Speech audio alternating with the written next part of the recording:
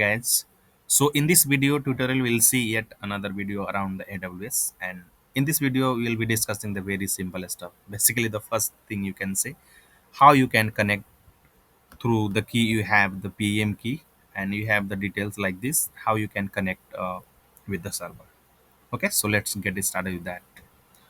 So the first thing will have the proper tool, FTP tool, you can say. Like in case you have you can also have this FileZilla, but for the FileZilla you must have the key like APK you should have.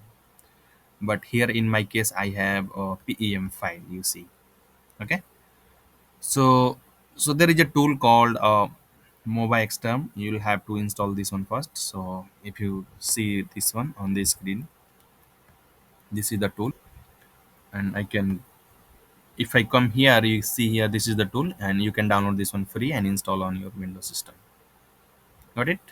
So after the proper installation, we'll have the icon like this, and we'll be clicking on this one. So after double click, it will open. Then of course that will be a new session, so we'll have to click on the session. Okay, and remote host. So this will be your host URL, and that will be from this to this. Okay, and sometimes you'll find that you have the proper IP address, so particular IP will go here.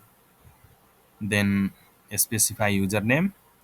So of course we'll have the username, so Ubuntu is in this case. So for the most of the AWS account, the Ubuntu will have. Then the use private key.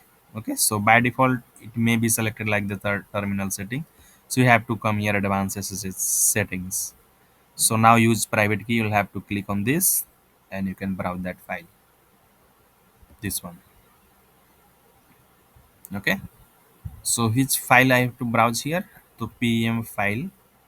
This is basically a key file, we'll have to browse that. Then we'll have to click here on the name. So then you can verify this one before clicking on OK. So compute this one, Ubuntu, this, I think it's all fine. So I'll have to click on this OK. And if all goes well, you will be able to connect to that server. Yes, I can see.